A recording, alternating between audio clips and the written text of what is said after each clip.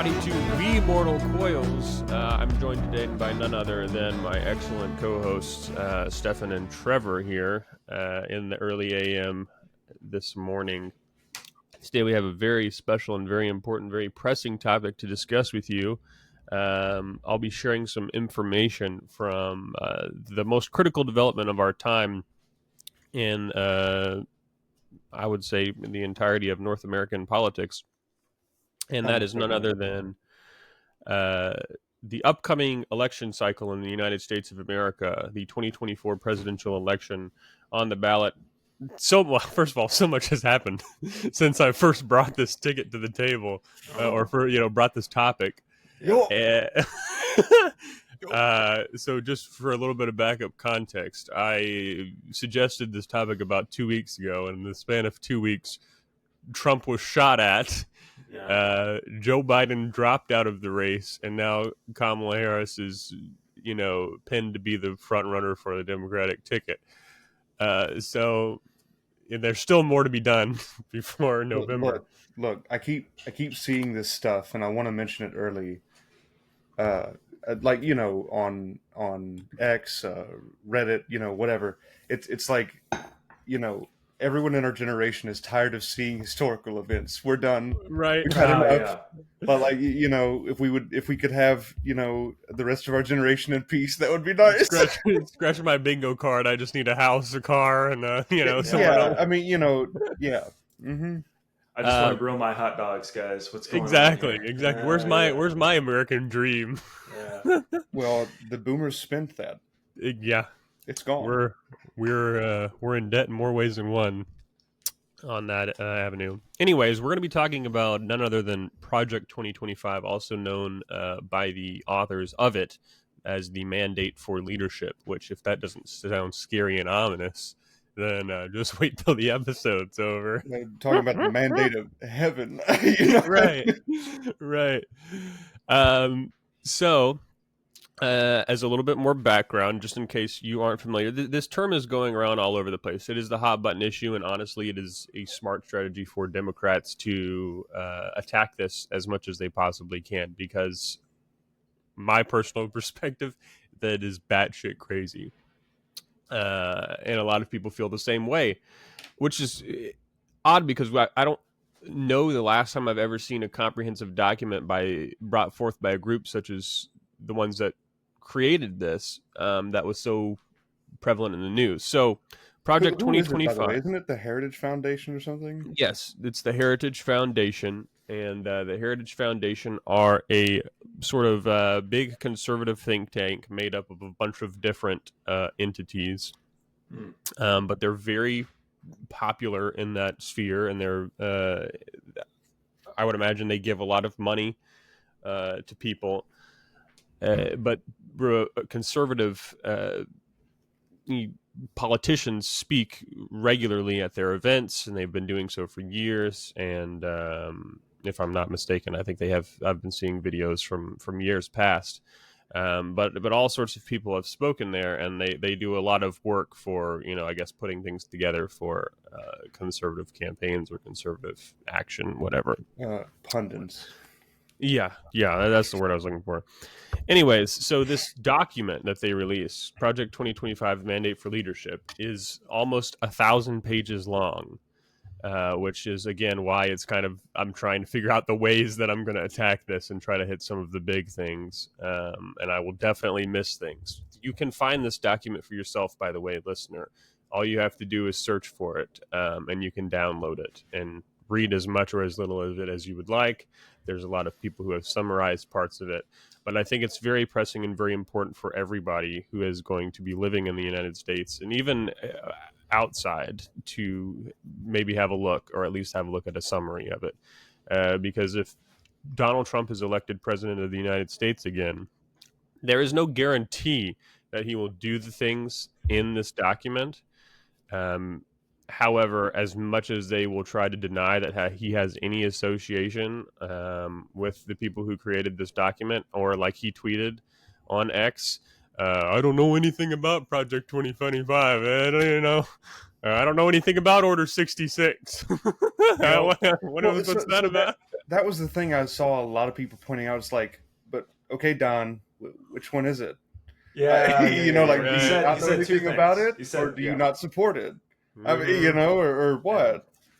Yeah. So just a little note on that is that, matter of fact, one of the guys who's over the entire creation of the thing was one of Trump's former chief of staff.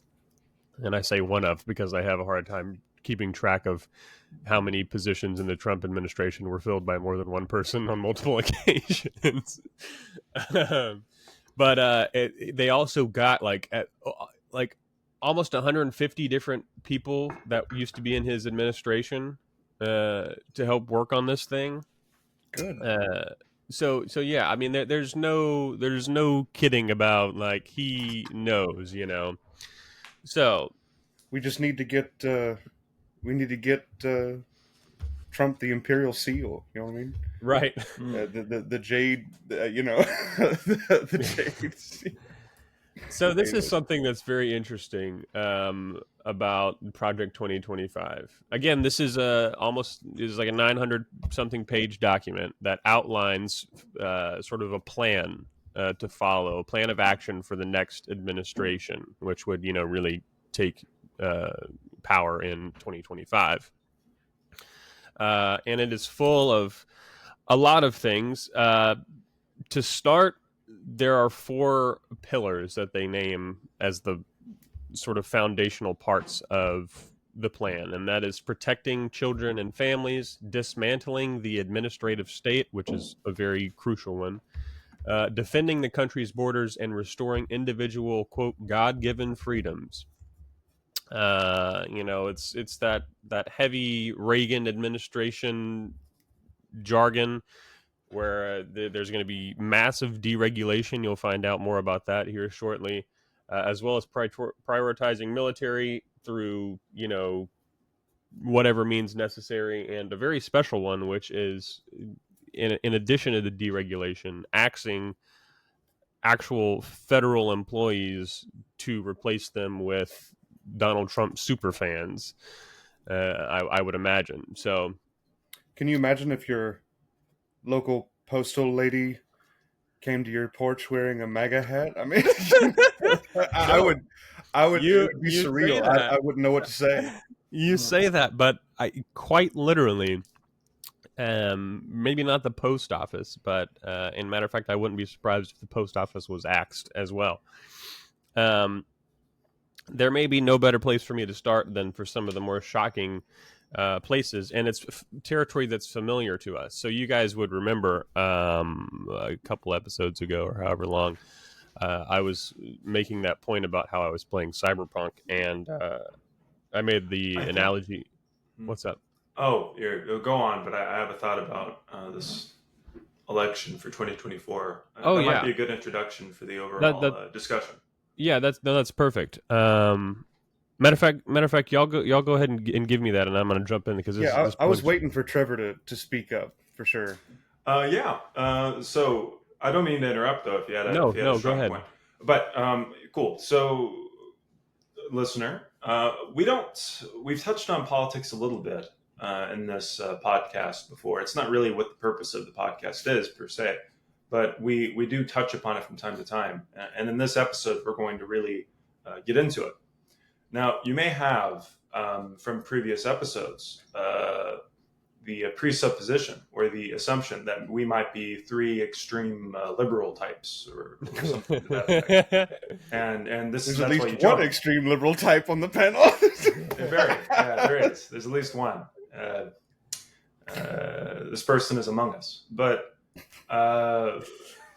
this I wish to dissuade you of that a little bit and talk a little bit about how all of this and this discussion that we get into, and really just all of politics right now, at least in the United States, or just let me rephrase, just all of politics is inherently complex, and you really do yourself a disservice by picking sides. And when you say something like Harris 2024 or the reverse, it's really worth the time. If you have an hour and a half to sit and talk about it, what you really should talk about are all the reasons pro of why you are asserting such a candidate, and also if being honest with yourself, the reasons why you think this candidate may actually have some things that you're not looking forward to, whether the inherent negatives of this candidate that you are in the end still pro for. Like I'll come to the stage and tell you all of the reasons why I am pro, an analogy's sake, pro Trump, and then I'll point out, well, obviously these four things, however, are going to be terrible. We need to do what we can to prevent them. I can admit the fact that it is asinine to say that everything will be sun and shine and rainbows with the election of my candidate. All that will happen is it will create a new series of problems that the following cycle, and then eventually the next following generation will have to solve. That's all that'll happen. Even if you had your perfect candidate, if you yourself were given the keys and were elected in a free and fair election and came to power in this country, the most powerful person in the free world, when you make that, when you start making changes and influencing the world, you solve problems, but you inherently create new ones. And I think that's probably the best position to take when you first start to talk about politics, is the admission of the fact that there are, in fact, caveats to every single assertion. And no matter what you do, there will be more to be said than just Harris 2024. And it would be, I was going to say facetious. I'm not going to say that word. Yeah. Either way, it would be wrong of me to say just something in utter simplicity. It would, and then just try to give you reasons to support the utter simplicity, and not actually get into the actual reason why I support the general assertion of a particular candidate. Yes, I do have a lot more to say, specifically about Trump, but I can hold off for now because I talked for a couple minutes. No, yeah, Stephen, do you want to give some opening thoughts about the next election cycle? So I wanted to hop off of something that Trevor was talking about. Like, we're not going to excuse, listener. We're not going to excuse talking about politics, right? It's not. We're not going to shy away from it. Is what I mean. It is a very big part of philosophy. To go ahead and get our quota out of the way, right? Hitchens says, I can't remember how he put it exactly, but anyway, he was like, as chemistry replaces alchemy, as astrology replaces, astronomy replaces astrology, religion is replaced by philosophy, and so on. There's a lot to be said about political philosophy. It's worthy to talk about. But I will say this: I will start with this and end with it. You cannot make this your life. No. You may not. I mean, if there's one thing all three of us can agree about, is that these people out here that make MAGA their entire life, they're the problem. And I will stand by that. I will stand by that until I die. If I can, yes. But no, real quick. The people who make Hillary 2020 or 2016 like their entire life, or Kamala Harris 2024 their entire life, they're the problem as well. It's just because it's politically expedient, or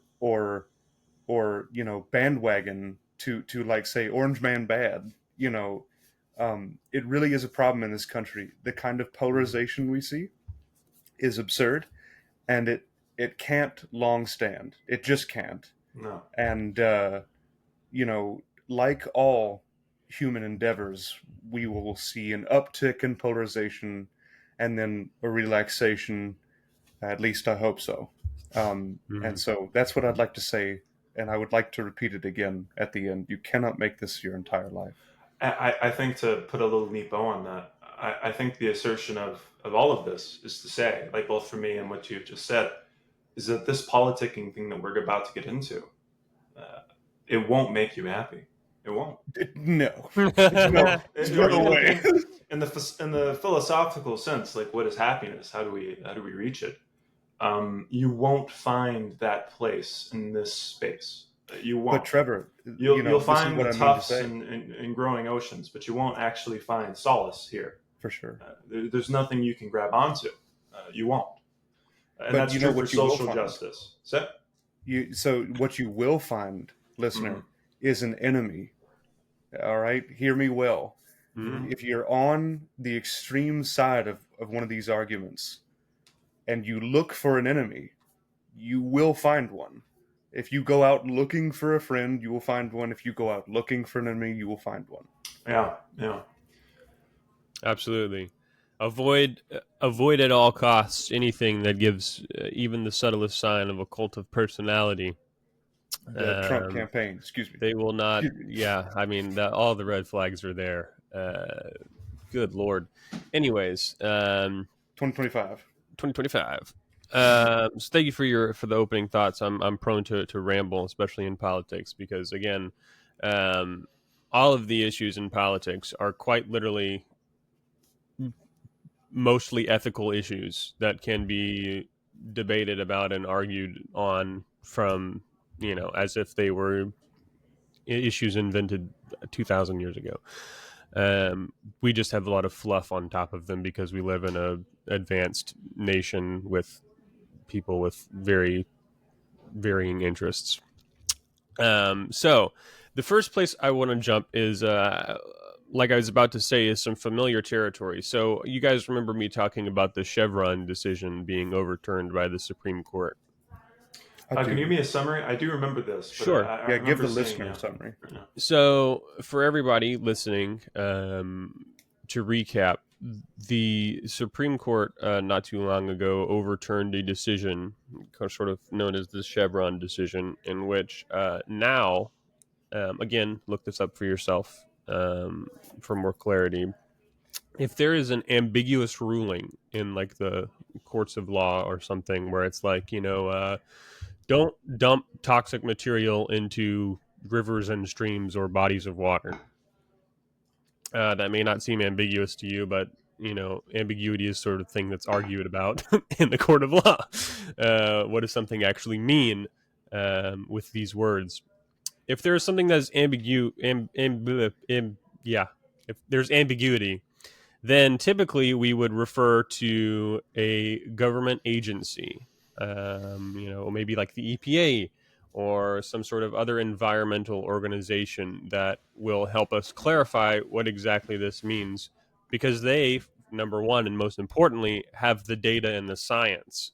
These agencies have what we would imagine to be the best data in science because they are the government agency in charge of keeping track of all of these things and monitoring, the environment, et cetera, et cetera. So they They can have best, access. Yeah. right, they can best make a decision or offer advice in a situation such as that. However, now that is no longer the case. I believe the Chevron being overturned has now put that responsibility back in the hands of the courts, and the courts do not necessarily have access to all of the data and the science. I'd mhm. Yeah, I'd like to push back on you a little bit here. Since the last time we discussed this, the Chevron decision, I've seen some information that was kind of interesting. yeah. So the Chevron, before the Chevron decision was appealed or repealed, there was a series of issues where to start. Essentially, there have been a period of various branches of government that, without any sort of democratic upbringing or any sort of legislation passed, were passing fines on individuals and on just no. I'm going to come back to this. Go ahead and Sure. carry on, please. So yeah, like I was saying, is basically one of my biggest gripes with this is that it's putting the power in the hands of the courts, who are not the experts in, for example, environmental state of being or practices or anything like that. They know the law, they don't know the particular field of whatever government agency is responsible for knowing that particular field. And so when it comes to stuff like this, I want the experts to be working on it, not the courts, who, I would like depending to on... hop in a little bit with Yeah, an go ahead. So listener, viewer, I was on vacation not even a couple days ago, right? It was just a beach trail. And so I go to the beach, and I go to the local Books a Million that they have there. And if I had to die, if I had to be slain where I stood, I go to the scientific literature, situation that they have back there. By the way, as always, there are 4 and 5 rows of crystal healing, astrology, Bibles, you name it. If it's kooky, they've got it. And there's a very, very limited scientific literature section. But anyway, if I had to die, I go over there and I see a book by Stephen Meyer in the section. Now, for those of us who don't know what I'm talking about, he's the one, or he's the main spokesman for an organization that would like to teach American children that we come from God speaking us into existence. Mm. He's not apologetic about it. He's like at the forefront of something called Discovery Institute, which I guarantee has ties to Heritage Foundation. I guarantee it. I would bet a lot of money that they do. Um, but my point is that uh, they've been at this. They've been at this since like the 80s and 90s, and they're still at it. Hmm. And the book was called The Return of the God Hypothesis. And I want you to know that I grabbed the book from the shelf and put it in the fiction section. I could not handle it. I could not stand it. I mean, we're talking about Carl Sagan, uh, DeGrasse Tyson. We're talking about Stephen Hawking, Michio Kaku, Stephen Meyer. No, he doesn't get to share shelf space. I'm sorry, Mm. he doesn't. And so, this is actually a very difficult topic for me about it being back in the court's hands. On the one hand, um, organizations like the EPA are very, very capable of overreach and messing with individual lives. Um, and on the other hand of that, uh, the courts are supposed to be where we find truth. Like Picard said, it's supposed to be a crucible in which we burn away all things that are irrelevant. But we know that's not the case. We know that these judges are politically motivated and that they've been appointed by politically motivated people. Hmm. And there is not a right answer. There just isn't. Uh, there could be an answer that's more right than the other. To kind of, but in other Sure. words, we're not the ones forcing this into a dichotomy, a false dichotomy, by the way. But we kind of are participating in it, if that makes sense. Hmm. Yeah, it seems this is talking about like there is no exact right decision to make here. Like when I first hear about the Chevron decision, when we talk about putting it to the courts, it sounds like we're making it a more democratic action, which I know like that allows for the creation and the promulgation of ideas that we don't necessarily agree with, and that includes creationism and that sort of thing. It is inherently more democratic, like how I started, and I find myself at difficulty in a sense with this decision because like the EPA doesn't necessarily have like the same uh, controls on it that you might see in the judiciary. Like, there are issues with the judiciary or like with the courts, and there are issues with controlling the courts, but not nearly as much as the EPA, and that draws up questions and problems. Now, I don't have this nuanced opinion as to whether or not the EPA or whatever other form of government there is out there. I don't, but it just seems to me that we should bear in mind the fact that the courts are themselves more democratic, and we should bear that in mind whenever we make these sort of calls saying that it's actually worse for them to have this or that. That's not to say though that I don't think that the EPA, with its upbringing with people that are actually talented in the field and actually know what they're talking about, actually have like a point to make. Hmm. So, Trevor, I have a question for you. As a scientist to scientist, do you think that the members of the court are capable, or members of the EPA, or whatever organization? EPA is just a really easy one. Um, which one of these parties would be more capable of enacting bias? Like, in other words, being antithetical to the scientific process. Which is more capable? Which is more capable of bringing in bias, or which one's more Introducing bias and acting upon it. Mm. Well, in that case, it would definitely be the court. I would say. But I You mean, allow is it for. though? So my So it's about the ecosystem. I would say it's about the well, ecosystem and the environment. what I'm Mhm. trying to say is, like, let's say that we had a completely off the wall president that was deeply, like, you know uh, not a populist, like deeply conservative. He or she would have a lot of power in the organization of the EPA, and I'm not actually sure how that works. Um, I feel like the EPA would be an arm of the executive branch, and therefore ultimately would answer to the president, and ultimately the president could It's a good. uh, talk about policies and talk about what is and is not permissible. I Certainly. mean, Brey, you Mm. might know more about that than I do. Sure. So, and well, I'm actually really glad you brought that up because that's going to go hand in hand with another part of the Project 2025 plan. Sure. So, I brought up the Chevron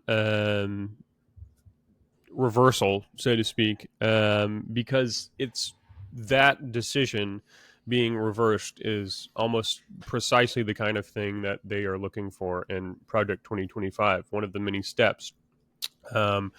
Because I'm trying to figure out how to say all of this. They want to dismantle several different government agencies, including but not limited to, where am I at? Uh, Perhaps not entirely dismantle the EPA, but cripple a lot of its ability to, I guess, perform critical functions that we might consider they do today. They would dismantle, for example, the NOAA, which is the oceanographic. I can't remember all the terms, but they're the ones that monitor hurricanes that come into the southeast. That would be dismantled. They would dismantle the entire Department of Education and Commerce. You could probably make some guesses as to why the Department of Education would go. From a conservative standpoint, especially with the recent rhetoric of, we got teachers teaching BS to the students and we want to put that back in the control of no federal influence on the actual like inner workings of the day-to-day life of people in states, like leave that out to the states, I would imagine, is the angle here, instead of let's have some sort of objective umbrella by which everyone is operating in the whole country, which is nothing surprising because that's a traditional standpoint from a conservative. We want more state power versus more federal power. But the interesting thing about Project 2025 is that if you consider your classic Republican, or they would be small government. They want very little government power to sort of influence their life. However, one of the main angles of Project 2025, the mandate for leadership, is putting federal power in the hand of the executive, and at a very in a very huge way.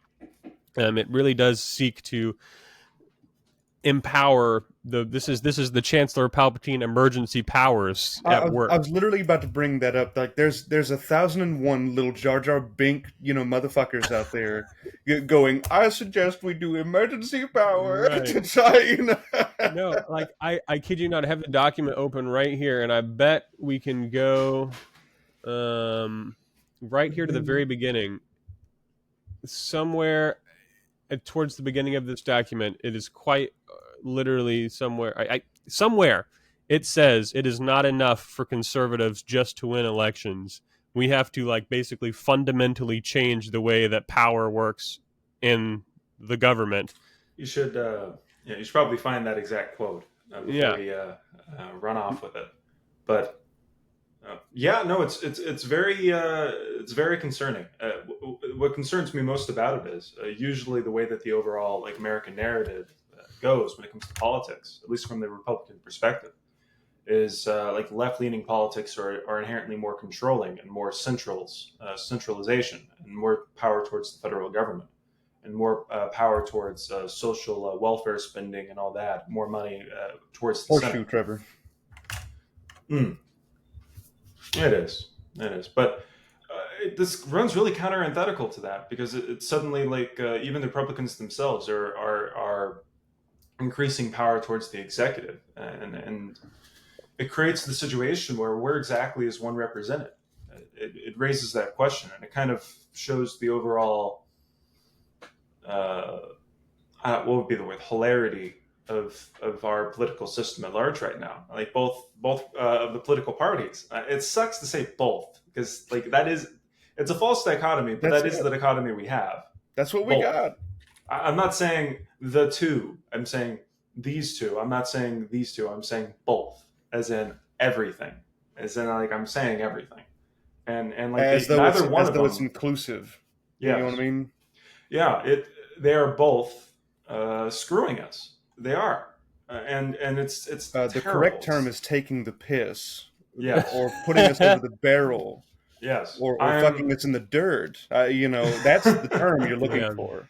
And you're absolutely right when you say it. And this is one of those situations where it seems less and less like we're being actually represented here in our government with this Project 2025, with these two candidates that no one likes, or at the very least, I'm not sure how people feel at the moment. There's so much chaos. And the day of our right now is July 25th, 2024, the day of our Lord, year of our Lord. Like people aren't quite sure how to feel about anything at the moment. Like with this whole thing with Kamala Harris recently taking over. Like I know, Brey, you brought it up right at the beginning, but it's really crazy the series of things that have taken place with the span of just like 2 or 3 weeks. Like first, Donald Trump got shot, winged. That happened, and then Biden steps down, and then this whole situation where the overall political narrative that we were gunning towards in November, which nobody was happy about, is suddenly changed, and it's changed in such a way where no one's quite sure how to feel about the overall ebb flow in the new in the new narrative. We're not quite sure where this lands us anymore. We're in a situation where we're trying to reevaluate the sense of control in the political situation. Like, for example, I really shouldn't do this, but I went on Twitter and just to scroll right through there. Yeah, discredit myself. I just did. But I went on Twitter and I scrolled through it, and I just went through all the different political things happening right now. And it's such a... you could feel a sense of a lack of the overarching narrative. It's people throwing things at each other. They always are. But there's no longer that sense of the central Biden old, Orange Man bad. Like it's not that anymore. Instead, it's just all sorts of things being thrown in all sorts of directions until something eventually sticks that the entire this and that side can hook themselves into, prepare for November. It's a completely different way. It's a very different landscape that we're currently working with. I'll be the first to say. Two things. All right. Controversial, whatever. I really do not believe Trump was this polarizing in 2016. No. I think that he did not let his entire crazy out until later, which is something I'm seeing more and more. These ultra right-wing people really used to not be all that much on the right as far as their like talking points went, And then we've got Candace Owens going, I'm not really a flat earther. It's like, please stop. Please just shut up and stop. And then we've got Trump running on an economic platform in 2016. And then now he's running on like this whole, nationalist idea, sounding closer and closer to a fascist. You know what I mean? It's like, where did this come from? A lot of people are lost, and the answer is, well, it was probably always there. They just hid it better. Right. You know what I mean? And let's be honest. One of the two things. Remember, that's my number one. But my number two is that one of the worst mistakes the Democratic Party probably made was putting Clinton up there against Trump. I'm sorry, but like, she looked like the Wicked Witch. I mean, you know what I mean, up on the stage. Like, I mean, she it was her talking points. It was, I'm not talking about her suit or anything like that, people. I'm talking about her demeanor, her her whole angle, her policies, this, that, and the other. Let's be honest. The other side of the aisle did a very good job at branding her the Wicked Witch, and that stuck. So, they're going to keep putting more and more polarized candidates out there until we're finally done with them. I can't. We do the Patrick thing where we move the entire federal government to a private island and say, you can keep doing the culture war over there, but we're done with it. Oh, I think instead of moving the entire federal government, I think we should move both of these two political parties out of our federal government and go on doing what we already want to do. That's what I'm talking about. We need to take these two. We need to take these two. Well, I'm saying the federal government is ours. It's the political system parties that don't exist anywhere in our Constitution. Yep. These things are two snakes that have intertwined and filled up what belonged to us. We need to take these two snakes and move them out there and throw them that way. We do. We need to completely disengage from them. They're disgusting. They don't. What I really hate about these things, like, you can do this whenever if you're ever interested. You can go on YouTube or wherever else, and you can find videos of like the culture, like various political things being argued in like courts or in the Capitol, like people like meeting up and like Mr. Speaker, like you have 5 minutes, go ahead, and they do this little thing, and you see like the people in blue absolutely chew out the people in red for doing this, that, and the other thing, and you see the reversal, the people in red chew out everything. But if you're honest with yourself, they're both disgusting. Both of them are. Like, you see, like, whenever I watch these things, you see like these Republicans make these remarks about how like the culture war in our schools is ruining America, and like and all these sorts of things. And then like you see the reverse of that, and they're like, well, Project 2025 or the executive is seizing too much control in this document and all that sort of thing. And all that I can really think of whenever I see this is just the realization that both political parties are just foul, and there really is nothing that can be said about them beyond that point, and we really can't sympathize with either one of them at this point. But Project 2025 is fouler. That's the circumstance that we're in, isn't it? We need to get to some other points. It's like you're very right. You're very right. Yes. Yeah. So the quote that I was talking about earlier is on the Project 2025 website, and it's the first thing here on the page. That's what I was saying. I was like, I'm not going to be able to talk about all of this, and we're and then to have us bounce things around. But it says it is not enough for conservatives to win elections. If we are going to rescue the country from the grip of the radical left, we need both a governing agenda and the right people in place ready to carry this agenda out on day one of the next conservative administration. This is the goal of 2025 presidential transition project.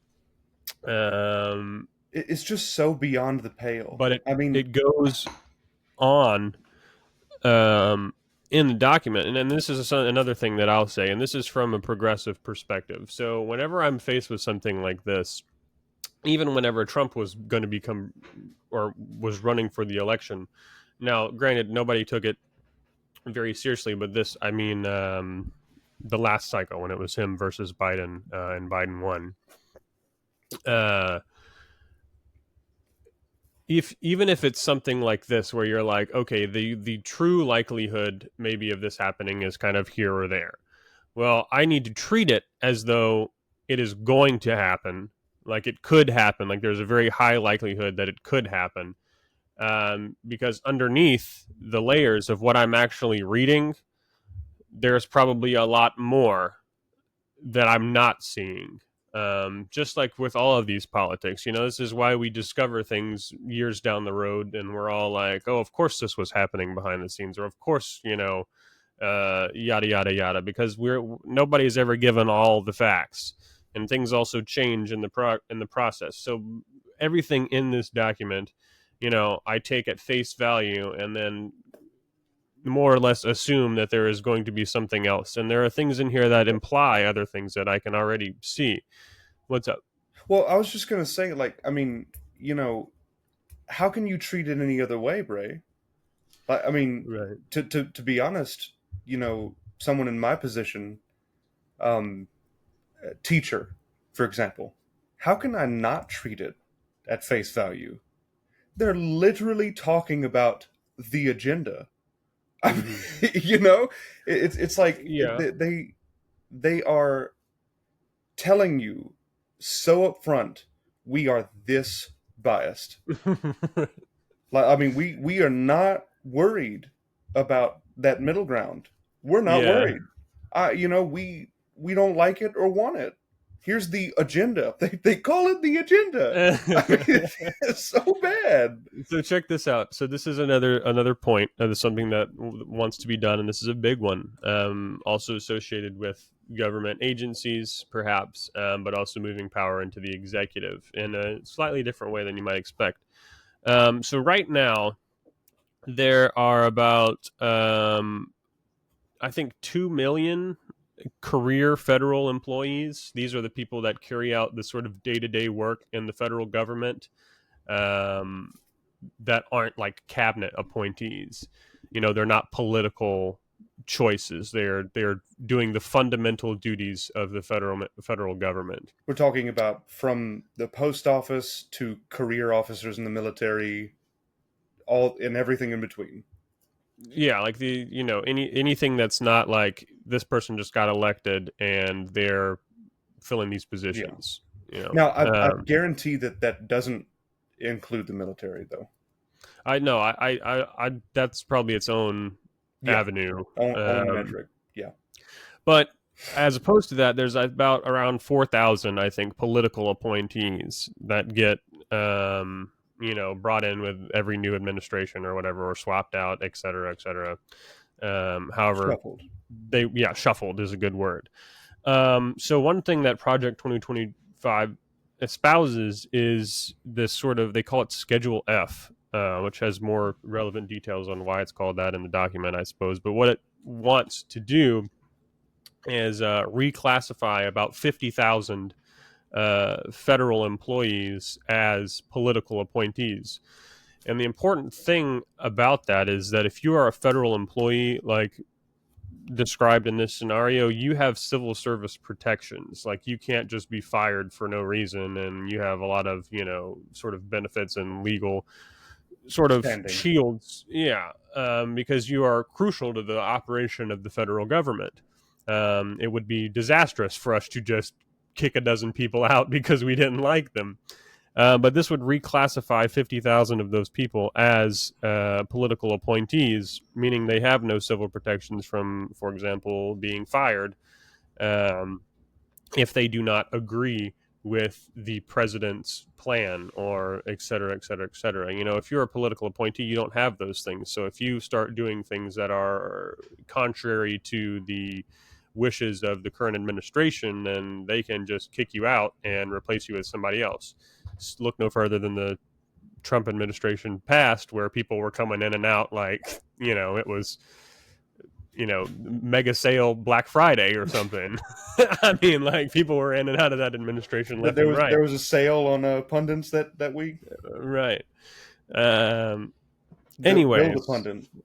I don't know exactly where all these people would be, but the gist is rooting more, or planting more people in pockets of federal government that will do whatever the president wants at risk of losing their job.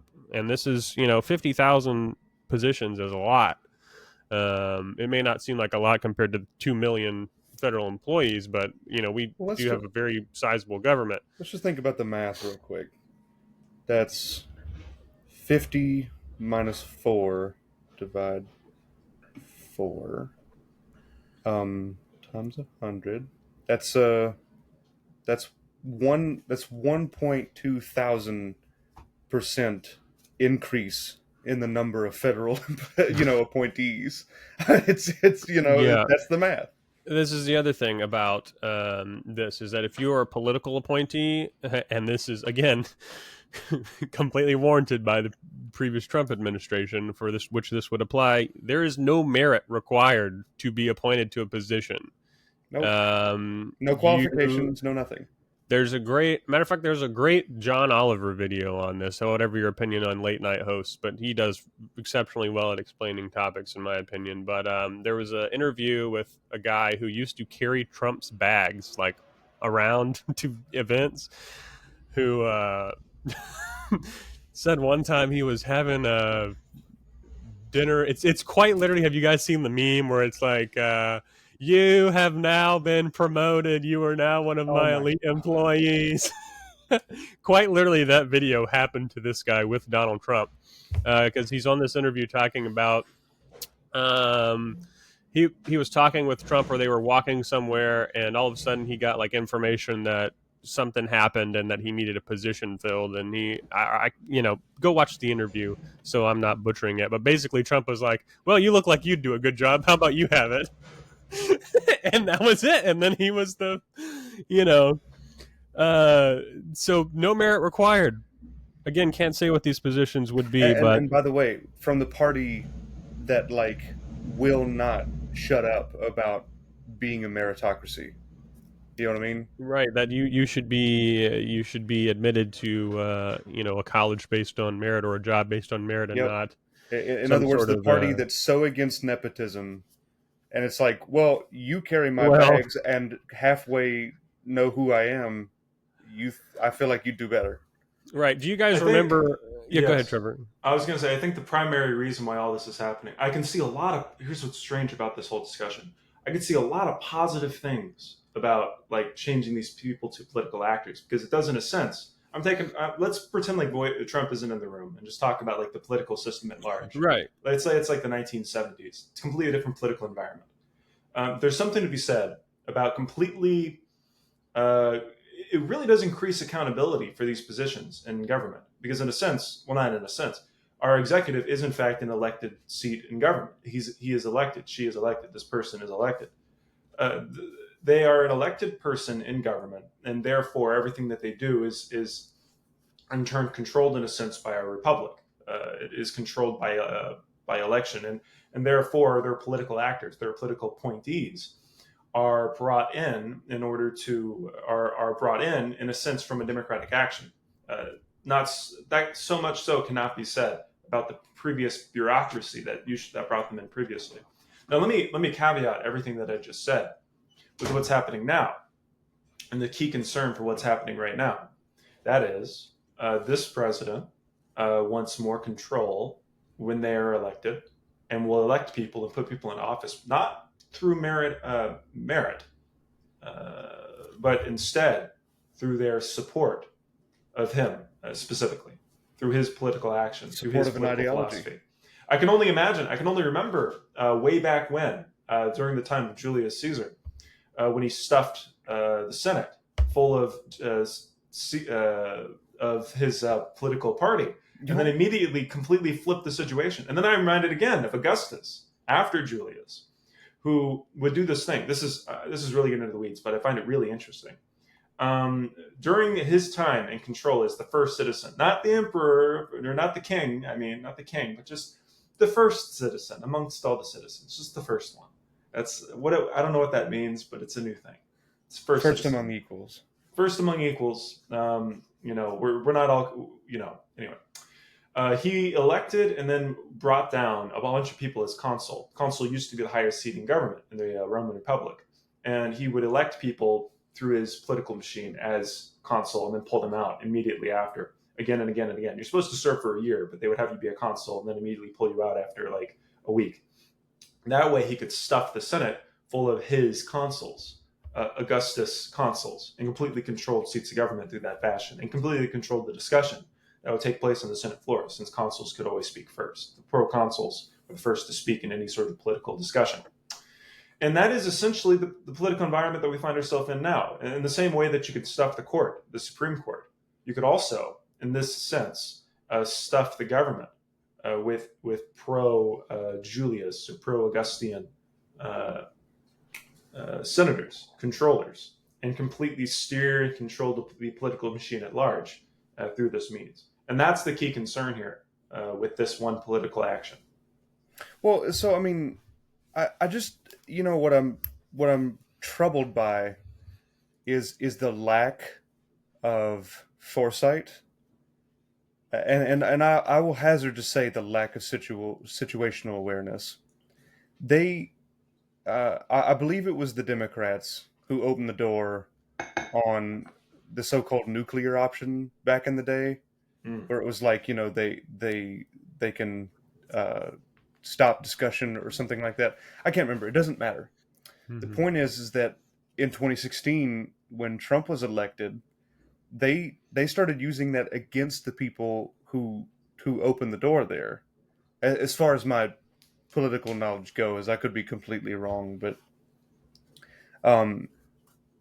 let's just say for a moment that these people got this Schedule F done or whatever, reclassified 50,000 people as political appointees and so on. It's so Byzantine, it's so chaotic that that means that the president can step in and just replace them all. And so what happens, not if, but when a Democrat is elected, you know, they get to replace all of those again. And no one can sustain that level of chaos. No one. It's a lot of think about in these 4 years, you know, you go down to the local kind of like Social Security office, and there's something controlled in there by a political appointee, and then an election happens, and then it's completely different. You know, it's that kind of thinking that has gotten us into a lot of trouble. Mm-hmm. What we need to do now is find more stability. This is an inherent for Right. for a conservative party. This is the least stable thing. The whole point of a conservative party is to establish stability. Trevor, they're doing this on the fly. I mean, it makes no sense. I mean, you're establishing one of the most important things that you need to do in any sort of political situation is if somebody says like, well, you should enact this law or this act. Well, you should ask, well, what would happen? And then they'll tell you, oh, well, this will happen. And then this is the important part. You need to go, well, what will happen after that?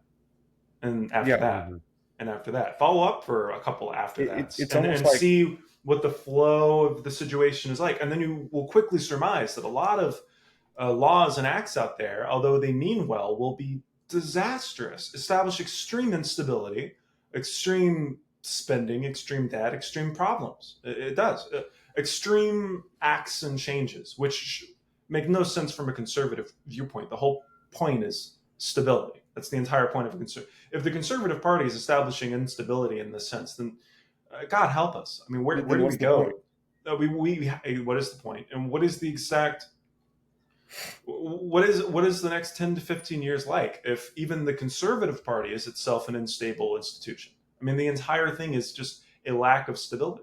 I mean, in a sense, I see where they're coming from, or at the very least, I see what they're trying to do. I see what they're trying to do in this moment. They see a need to completely take the reins of everything. What I think the lack of foresight is, what I've already said, is instability. You take the reins. Okay, well now everyone has the reins all the time. You have the reins. Next election cycle, I don't know what has the reins. So on, so on, so on, so on. Now, I really like the idea of the executive having control of things, or actually I don't. But I really like the idea of an elected person having control of things. But at the exact same time, one of the reasons why one of the best parts about our federal government, I think, in a lot of ways, is its inefficiency and its inability to make extreme sweeping changes. And that's one of the things that the conservatives usually like about the political system at large. The fact that it's so stuck, like the Congress does this, the Senate does that, and everything's kind of just stuck where it is. And from a progressive viewpoint, that's an awful thing. But from a Right. conservative viewpoint, that's wonderful. It's beautiful. Things don't change. There you are. Well, the conservatives now want to do something that fundamentally sweeps over everything. It's a fundamentally progressive action being committed here by conservatives. It's very strange. So Trevor, I would like to talk about that for a moment, and I know we're laboring on this a lot, but Brey, feel free to step in. But I'm going to No, say sure. this Go ahead, again. and then I'll say something. I'm going to say this again. Probably a single event that pushed me more towards the left than anything. And listener, you need to know, there's a wonderful thing out there called the political compass. You should take it. Here's the graph that you end up on, and then I was right here, like literally right there, slightly right, slightly non-authoritarian, however you want to say that. In other words, slightly, let's not change things too much. Slightly, the government needs very little power over me. Mm-hmm. Okay, so one of the biggest things that made me just go this far towards the left is COVID. COVID. I've talked about this before, but I mean, whenever on this past vacation I took that I've already mentioned, I literally was guilty of telling my friends, we have to have a Teddy Roosevelt, come in here Oh and break yeah. up these monopolies. Yep. We have to have Mhm. it. Like the level of disdain for humans that these corporations have is abominable. They do not care about human life, and I'm utterly convinced of that now. Um, I get supply and demand. I really, really do. I get inflation. I really do. We cannot blame all of our increased grocery bills on that alone. I'm sorry, it's not enough. It's not good enough. Um, it's just Oh, like Brey said the other day. If they're willing to pay these prices now, why wouldn't they tomorrow? And it's like, but that's not your concern. Why don't we concern ourselves with the well-being of people so that you make more money in the long run? It's this level of short-sightedness that makes me more mad than anything. And so what I mean to say is that, let's take the Department of Education, for example. Project 2025 wants to get rid of it, let's say. Yeah. I haven't read the specifics on it, but let's just take Brey in good faith here and say, okay, they want to get rid of it, which of course is not a stretch for them.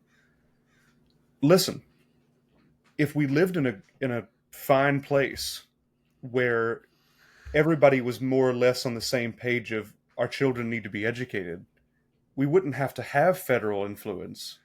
I'm sorry, but it's like I tell my students here in Louisiana all the time. You think you're at the top. You're at the top of the bottom. Mm. We have a good school. I work in a good school. They're at the top of the bottom. We're not close to the top. Uh, you know, our education is bad. It's really bad. And so once again, if Louisiana and Massachusetts were on the same general page of our children need to be educated, then you would hear me saying we probably don't need a Department of Education. But because they're not, because a child in Louisiana can be taught that uh, evolution is not necessary to life, and a child in Massachusetts can be taught evolution is necessary to life, um, it's wrong. And there has to be some kind of Mm-hmm. option there to say, okay, well, if you're not going to play by the rules, we're going to make you. There has to be some kind of something there Right. as a when it quick comes to aside, general welfare. Yeah, talking about monopolies for a sec, did you hear that Wendy's introduced price surging in all of their stores? Did you hear about this? You know about this? Mm-mm. All right, so you go into a given Uh, Wendy's. This is very recent, like literally within the last month. If you go into a given Wendy's, if there's no cars in the parking lot, no one's ordering anything, you could buy a sandwich for like $1. These aren't the actual prices, but you can buy a sandwich for like $1, and wait a couple hours till it's rush hour and like the place is full, parking lot's full. Price goes up. They charge you way more. They move up the prices based on the demand at that particular institution, that particular restaurant at that particular moment. It's $3 at this hour, or which it's $2 at that hour. more or less happens already, but not at the current rate. Yeah. Not at day hour by hour changes and stuff. I think they're doing the same thing in a lot of supermarkets. I think they're replacing their screens with digital LCD displays that can be updated throughout the day or whatever, instead of manually In other changing. words, we can price gouge on the minute. Yes, exactly. That's what it is. Right. You I know? did talk about a very blurred line, but I'm gonna throw some more stuff out here about the Project 2025. We need to have a follow-up episode on this one. Yeah, seriously. We really didn't And talk very seriously, much about Project Brey, 2025 here. Yeah. Yeah, a moment for pause in editing. But like, what I'm trying to say is that Trevor is talking about us maybe doing one without him, and we could continue this conversation. Yeah, we could bring somebody you else could. in and talk about. Yeah. Yeah, sure. Make them, make them watch this episode first. Yeah. Part 1, part 2, yeah. Yep. But let me throw out a bit of things that are probably a bit more familiar. Some more 2025 lore. Yeah, some more 2025 lore that'll be familiar from authors of the Conservative Party. This would include, obviously, a lot of anti-LGBT sort of legislature or ideas of legislature. No, what? Particularly against transgender people, because that's the boogeyman right now is the trans people. It would seek to completely eliminate any DEI initiatives, as far as I'm aware, because that's another big boogeyman, is any sort of diversity, equity, and inclusion programs. It specifically says, and I found this in the document, that marriage is between a man and a woman. So I imagine that, this is what I mean by you have to sort of read between the lines. And I'm not the kind of person, as much as it might seem like, who likes to speculate about things.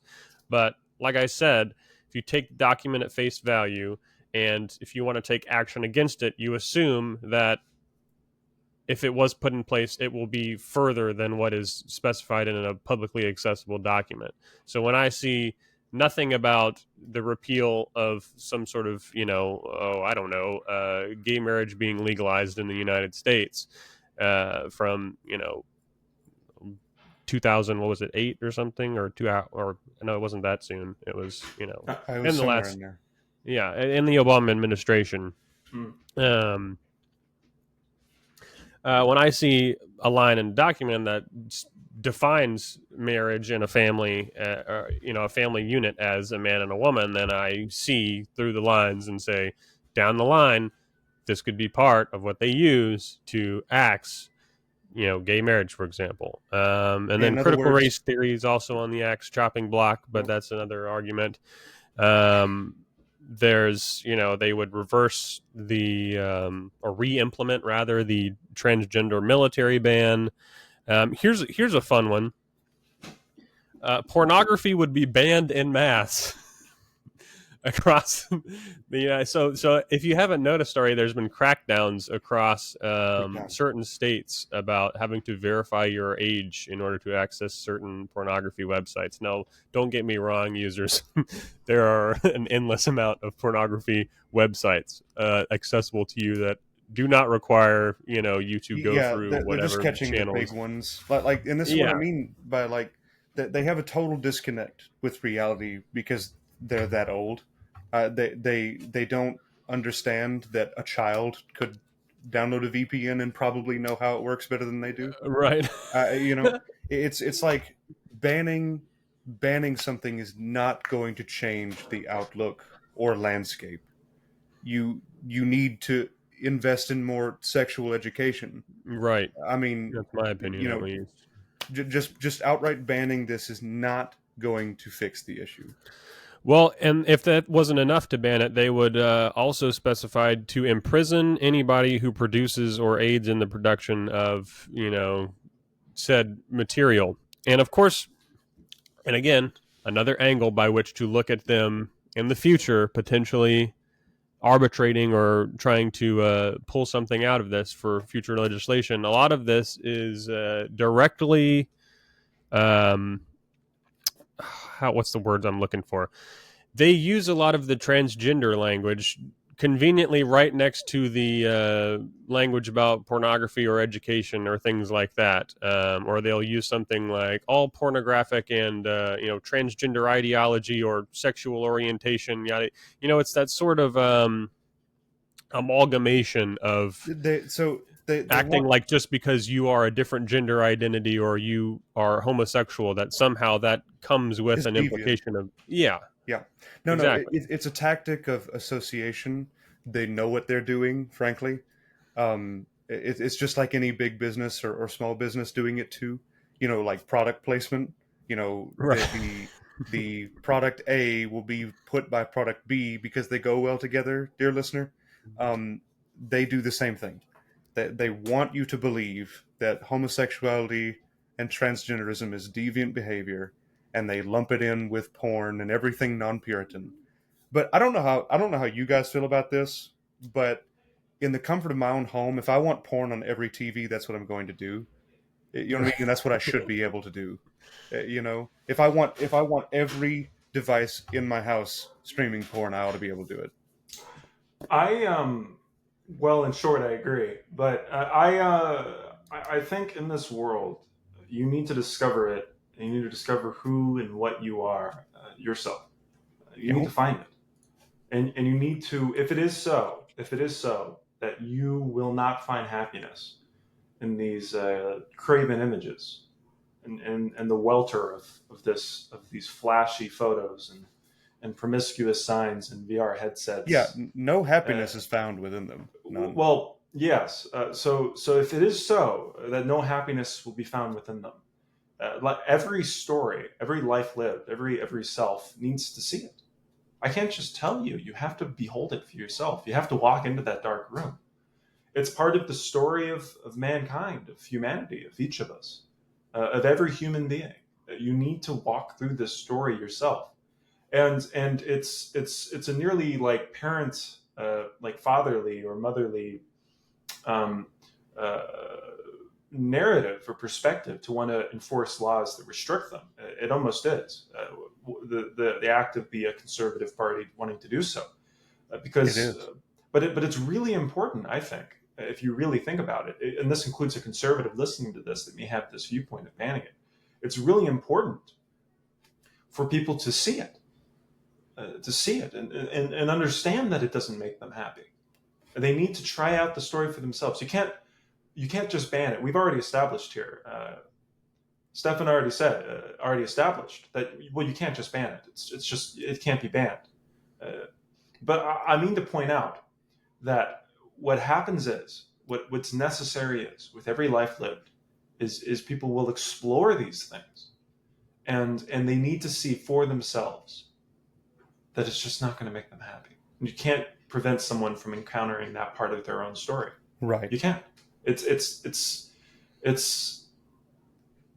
part of the development of a human character at this point. I'm reminded of. I mean, it's a little bit wobbly here, but like I'm reminded of those narratives where they say like pre-modern or like ancient narratives. It's like man versus nature, man versus Yeah, man, right. man Right. versus, So, and then something you like learn in English class. yeah, exactly. And then they're like modern and then postmodern.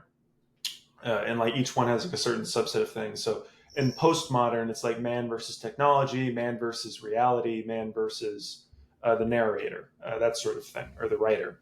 Like there are certain perspectives that are somewhat novel and unique uh, to each era. And I can't help but think that in our postmodern or whatever you want to call it right now, one of those narratives that we're encountering is man versus desire. It's become sort of a thing where you have access to your craven desires. It's here. You're not just in the boonies in front of the farm, looking around, waiting for something to do. It's all in front of you, these flashy, powerful lights directly under your eyes. They almost take over your will. And it's part of the narrative of this age that you need to develop. You need to become one which is capable of encountering them and defeating them. You must develop that organ. And I think that's part of the story. I think that's part of what it means to be a human being in 2024. And it will remain so into the 2030s and beyond. It's an organ that we're going to need to work on. And it's something that I think is really quite important, and not something you can just put a stopper on. It's a continued struggle, you know? It's a continued struggle. It's a new struggle, and it's going to be a continued struggle. And you're going to need to develop some sort of narrative or mythological or whatever way to encounter this new way of reality. I'm reminded of Total Entertainment Forever by, I think I mentioned him on the podcast before, this writer, Father John Misty. It starts off with betting Taylor Swift every night upon the Oculus Rift, and it's just it's a whole story about hedonism and constant delight and ecstasy written within your own heart and your own desire, and being always there, and I think what it means to be a human being now, that's wrapped up somewhere in there. The knowledge that you can be in constant ecstasy, but also the knowledge after it's complete, after your moment is over, after that moment is over, that you are completely and totally void and empty. And I think people need to encounter that narrative, just like man versus nature, and just like man versus society, or just like these narrative points throughout history. This is part of the new narrative. To ground what Trevor's talking about, I would like to encapsulate, pretty much by saying this. In psychology, they like, if you go to therapy, they use this, tool, so to speak, and you should use it too, listener. Two things can be true at once. Children should not be watching porn. In the statement, okay? Right. Frankly, adults shouldn't be watching porn either. That is true, right? But there's also another true statement. Two things can be true at once. The government should not be the one telling you not to do it. That like I say, I wanted to ground and encapsulate what Trevor was saying. Two things can be true at once. Three things can be true at once, whatever. It's just that the two here is that people shouldn't be watching it. It's very bad for your mental health, blah, blah, blah, blah, blah. It's very bad for your sexual health, blah, blah, blah, blah. The porn industry is riddled with problems, blah, blah, blah, blah. But point number two is that the government shouldn't have a lot of control over what you consume. Don't get me wrong. A third thing is true as well. The government should seek out people who make, distribute, and watch child pornography. In the statement, But you guys get what I mean. So let's head to a position to wrap up here, as we've made some attempt to discuss the 900-page. I mean, it's exhaustive. Like, you could not. There's a number of different people talking about this thing, and really the only way you're going to get anything of value other than listening to people sort of like this, sort of discuss little points. Great term. The only way you're really going to digest it is if you go look at the document for yourself and just diversify your portfolio of people who are doing exactly this, sort of talking about different points in it. But I'll say that, sort of in my closing remarks, more or less, that the greatest issue that I take with something like this is that it is so, not because it is so fundamentally different than what I would expect out of a conservative administration. It's that it is a change in attitude. would love to do more research on sort of the almost guaranteed political realignment we had somewhere between 2008 and 2016 that allowed Donald Trump to become the president of the United States, and that has now Low voter turnout. in probably more terms than one, fractured, shattered, or otherwise just shifted the Republican Party in such a way that, you know, there is now this whole new denomination of Republican voter that is the MAGA crowd, that supports this agenda, I'm sure, as well as whatever Trump himself would bring to the table that he's been talking about on the campaign trail.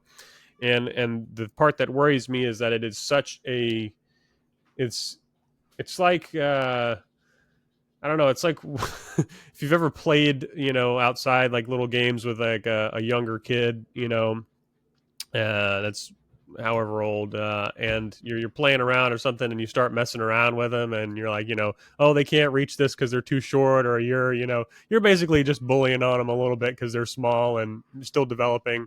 Uh, and then all of a sudden they get really mad, and they start doing that thing where they like puff up their shoulders and their like heads start shaking, and they're like, and you're like, oh my god, they're about to scream. It's like this feels like where the Conservative Party to me is at right now. Is they're so fed up of not being in control in the way that they want to be that now they are going to grasp the executive and then explode once they get there and make fundamental changes to the structure of government that will allow them to basically do whatever they've been trying to do other than just oppose progressive legislation for the past however many decades. There's plenty of stuff we didn't get to. Impoundment, sort of different other decisions. Department of Homeland Security out. A lot of immigration stuff. The list goes on and on. We'll but get like to I it. said, it's out there. Closing remarks from my colleagues.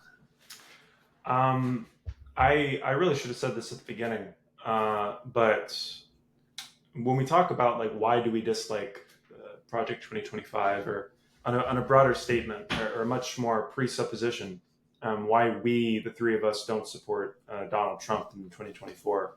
I think a lot of things sometimes go without saying, and I like and this isn't one of those times. I think it is actually worthwhile to say, well, not just Orange Man bad, but why Orange Man bad? You know, that sort of thing. And I think people, Orange Man bad, you know. Oh, Yeah, do you and want I better? think- Why is Orange Man bad? Exactly. And I think the issue with a lot of this is people kind of ride the wave, and they kind of lose sight of, like, maybe it's his policies, maybe I just don't like his character or something. I'd like to now give you an actual assertion as to why I think Orange Man bad, and the rest of it is by the wayside. First, let me say I don't actually disagree. This is going to be a strange way to start, but I don't actually disagree with all of Trump's policies. I think that's fundamentally true for all of us, all three of us, as strange as that sounds. There are some actions in it that have repercussions that themselves are positive if you follow through. I don't think it can be rightly said. Like, for example, this is just my example, Trevor's example, but I think border policy is somewhat hectic right now. Not somewhat, it's very hectic right now. I'm not anti-immigration. I'm actually very pro-immigration. I just don't like unvetted immigration. So I don't particularly like the way that things are currently being handled right now, and I think that they should be improved dramatically. That's an example. So I don't dislike Trump for a lot of his policies. There's one exacting reason why I don't like Trump. So last election, when Biden got elected, there was a situation where Donald Trump lost the election. He had brought in at the time, he had brought in an election counter. I forget his full name, but an election counter, whose job it was, he was a Trump hire to go in and confirm that this was it was a clean and fair election. That guy told Trump told everyone, this was the cleanest, fairest election in years, and just in years. A lot of it came from the concerns of 2016 and possible election interference in 2016. I'm not trying to say that Trump did any election interference in 2016. I don't believe that. At least I don't suspect that at the moment. But in 2020, due to those sort of problems, there was a lot of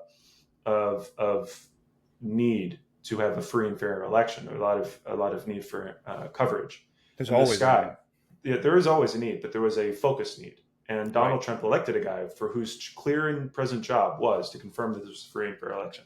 And that guy announced this was a free, fair election in every sense of the word.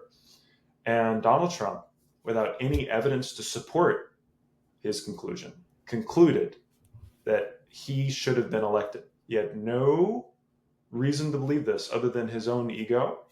He had no reason to believe any of this. The little kid getting mad. And he, it's funny to make jokes about, but it's really quite horrifying. He was in that moment a complete and total tyrant, and he told his vice president, a person who had a ceremonial role, to transfer the power of the various electoral votes from our states, the states of this union, over to elect the next president of the United States. He attempted to withhold, without any evidence that any of these states had anything wrong or negative at play in their elective cycles, or in their elective voting processes, without any evidence to support any of these things are, without any evidence of election interference whatsoever, just a bunch of random things thrown against the wall, he attempted to get Mike Pence to negate our elective process. Clear as day, clear as dirt. That happened. And to this day, Donald Trump does not admit the fact that he lost that election. There's no evidence to support any other conclusion. And I'm not going to tell you that he's going to seize the means of production when he reaches the top of the executive. Hey, you might get my vote. I'm not going to tell you. No, he would lose my vote twice over for that. But I'm not going to tell you that he's going to put himself as king for the rest of his life. I'm not going to tell you that. I'm not going to tell you that he's going to do this, that, or the other thing. I'm just going to tell you that is not something that a president of the United States should even possibly consider. He had the pure and present rule. He swore an oath to protect the Constitution. That is not what he did. That is not what he did on January 6th.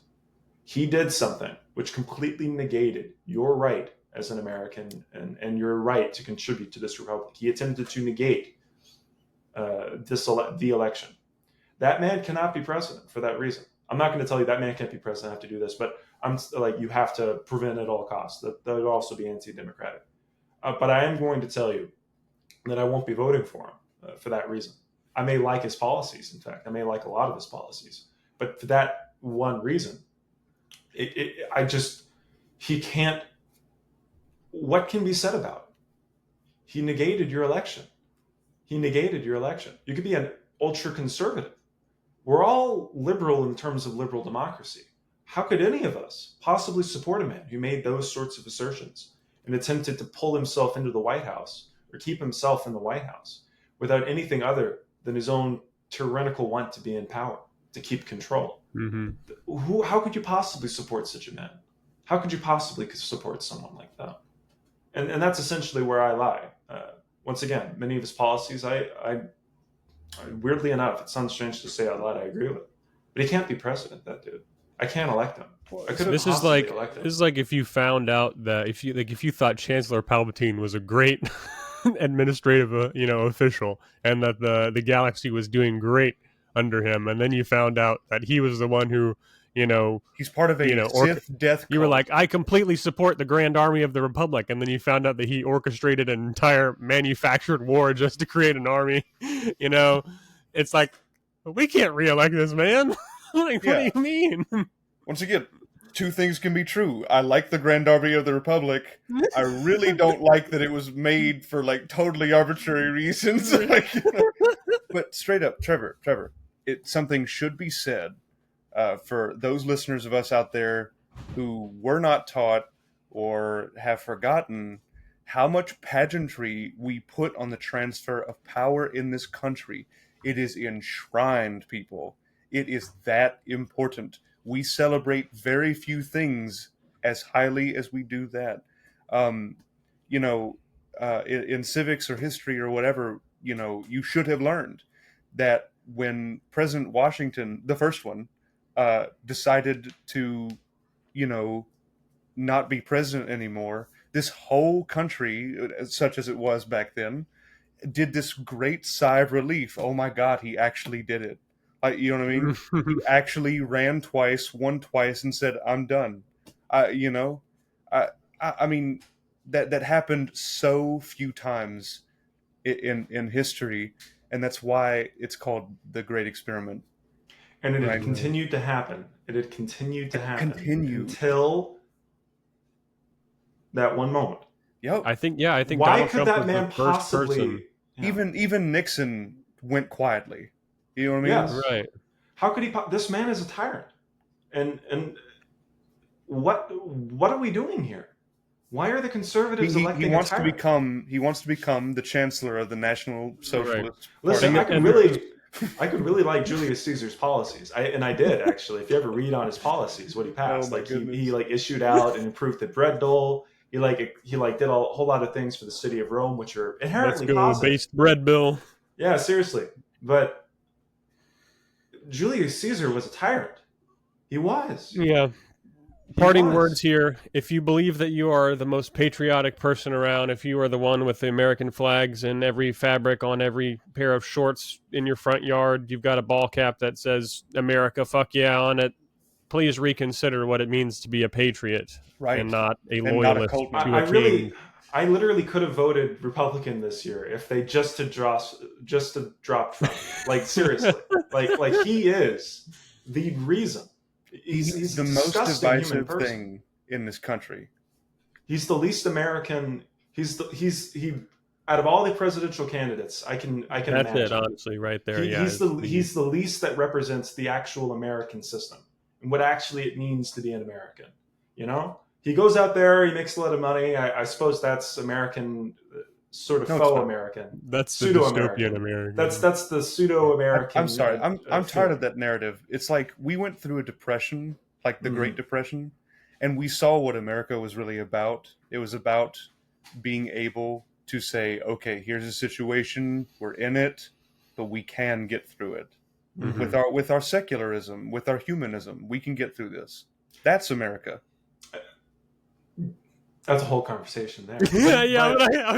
That's a bold assertion. I see your point. I do, but anyway. There's a lot to be said on the subject. Well, look, let me give closing remarks as well, real quick. Go ahead. So I told you that I was going to begin a certain way and end a certain way, and I meant it.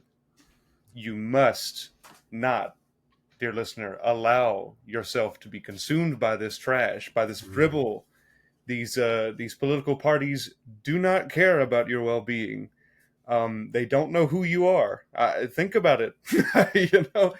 And what I mean to say is, if you find yourself where it's like the Democratic Party is my life, of course you're not going to say it that way, especially not to yourself. You're going to lie to yourself and say, I'm just so worried about this, that, and the other. You know, if you find yourself overburdened by this political minutiae, it's probably because you're consuming too much of it, and you need to step away. You need to step back.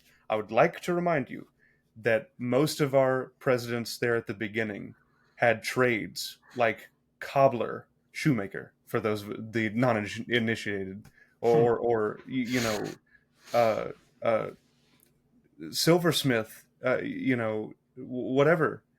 My point is that you cannot allow yourself to make one party or the other your life, because they don't care about your life. And that's what I wanted to end with.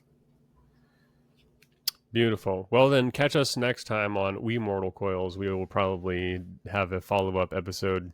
Almost certainly. Almost certainly, yes. To this. And of course, it goes without saying, but we say it anyways, take care of yourself and take care of each other. Very important. Never forget whenever, especially when politics, election year, all this stuff comes up, that the most important thing you can do is take care of each other and recognize that while other people may have different opinions than you, they have those for a reason. And that's why we have discussions like this, is to find out those reasons and to lend our advice and opinions to other people on whether or not those reasons are good or not, and hopefully come to some sort of amiable conclusions that will better us all. So, without further ado, peace, love, unity, and respect, and good Hey, real morning. quick, remember, put your comments in the bottom as well. What are your Yes. knee-jerk reactions to 2025? Yes, your absolute most primal knee-jerk reactions. Put them in the. There we are. Watch the first 30 seconds on the podcast and leave your comment below. There you go. I mean, look, we'll take it. We'll take it. Yeah. Beautiful. Cool. All right. And